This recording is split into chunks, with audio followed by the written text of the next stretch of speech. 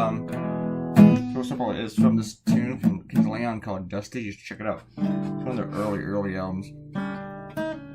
This is episode 466. Come get your kicks. 466. I kind of hate myself for saying that now. It's May 6th, 2019, 3:45 p.m. And that reminds me my milk expires today. Priorities, people. So I was doing this cartoon about all the great economic news, and we've been having great economic news for a decade now. A decade. If you're a Trump supporter, let me point this out to you. A decade. If you're a Trump supporter, you might think when I say we've had great economic news for a decade, that a decade consists of only 2 years. No. A decade would be 10. We are in a trend. It's Obama created over 2 million jobs. After his first year in office, the economy picked up. In his last 6 years, he created over 2 million jobs every single year. And then Trump came to office, and over 2 million jobs continued to be created, though a little bit less than Obama had created. The thing is, when you have 8 years of this in a row, that is a trend. And Republicans want to focus on those 2 years, not the 6 before it. Republicans like to say Obama presided over the worst economic recovery in history. But notice the word recovery. It was a recovery from Republican policies. And then as soon as Trump comes to office, they're like, praise Jesus, it was an economic miracle. Pretty much as soon as he walked into place. Right about in the middle of his American Carnage speech. Like, hey, look at the economy. It's an economic miracle. And it's not raining, and that's the biggest crop size. We're in a great economy. Thank you, Obama. Thanks, Obama. And the economy is so good that he left that even Donald Trump hasn't been able to fuck it up yet. But he keeps trying. You see these tariffs? See the trade wars? More news about the trade war today that he's threatening. You look at the government shutdown. That actually slowed down our economy. He ain't done nothing for coal jobs yet. He's killing farmers. He's giving farmers a huge bailout with money borrowed from China because they can't sell goods to China. Donald Trump is an idiot. He doesn't understand the economy. He doesn't understand economics. He understands how to get money for himself, his own business debt. That's the debt he understands. He doesn't understand government debt. He understands how to do debt and not pay people back. He understands how to rip people off. He understands how to steal. He does not understand how to work a nation's economy. Most people don't understand that. So that's not to say, oh, he's a dumbass because he doesn't understand that. But the thing is, he's president of the United States. He should understand, have an inkling. He should know what a tariff is. You know? He should understand that Canadian cheese is not a threat to national security. Seriously, we have designated Canadian cheese as a threat to national security. So, idiots. But I thought doing this cartoon would make a few conservative heads explode, which is fun. Always fun.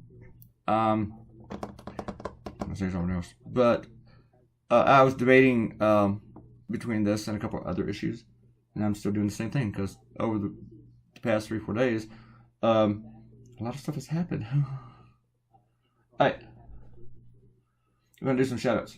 Errol said she was confused, and the last one I said room service walked in on me. It took her longer to admit than she'd like to admit that I meant housekeepers. Are they supposed to knock first? How rude. Yeah, it was housekeeping. It was not room service. I didn't order a sandwich. I could have used some coffee, though, because I went down to get some coffee, and the Starbucks line was way too long, and I had to bump out the cartoon.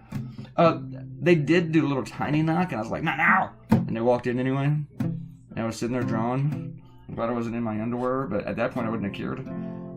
I just saw a cartoonist in his underwear. But yeah. But the thing that gets me is, why were they coming at my room when someone hadn't checked out? If someone has not checked out, don't go to the room to clean it yet. You know? You got till 11. Now, if I had an extended stay, like for several days, I can see them doing that. But say, okay, this guy's staying for one night. That's what I always book for. Let's leave him alone till after 11. That's annoying. I understand that they're going by room to room to room to room. And then I swear to God, the rest of the time I was doing the cartoon, they were right outside my door. No. You know? freaking hotel people. There's like 10,000 other rooms in that place. They could have hung out around some of those. Not the 4th floor. Arrows. Okay, let's talk ranting about the housekeeping service. They're actually very nice. It was like a half a second thing, except for the hanging outside my door for 2 hours. Arrow says Robert's right that Trump should be the test dummy for Space Force. Should have been to space. And Arrow says I probably wouldn't like the specific 90s party, because there's people like Fresh Prince of Bel-Air and Blossom and Dunkaroo, Dip, Slap, Bracelets, and Rainbows. You know, all that stuff I forgot about. There's a lot of times when I think about the 90s, I just think about the music that I listened to, forgetting about all the other fads that just would make me groan, or the TV shows and crap like that. So yeah, I don't think I would have had fun with that. If it was like a 90s music thing, or like alternative music, I probably would have dug it. Robert Coutinho said he was thrown by the other cartoon. You described it correctly. I hate reading descriptions of my cartoons because it just kills the cartoon.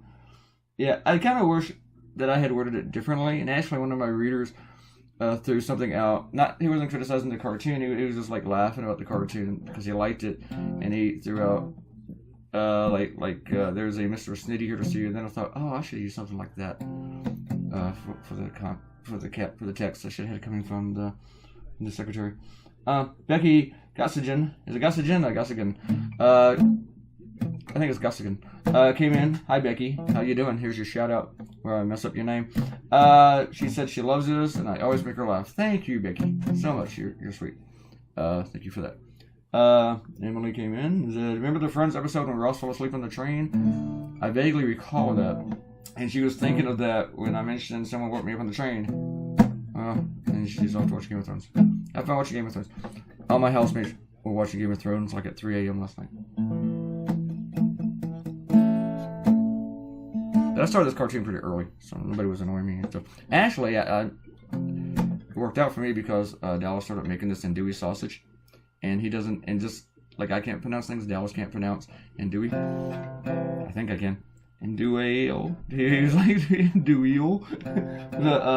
It actually came out very well, which surprised all of us because the last time he made sausages, they were like, they looked like bricks. But these were fantastic. They came out great.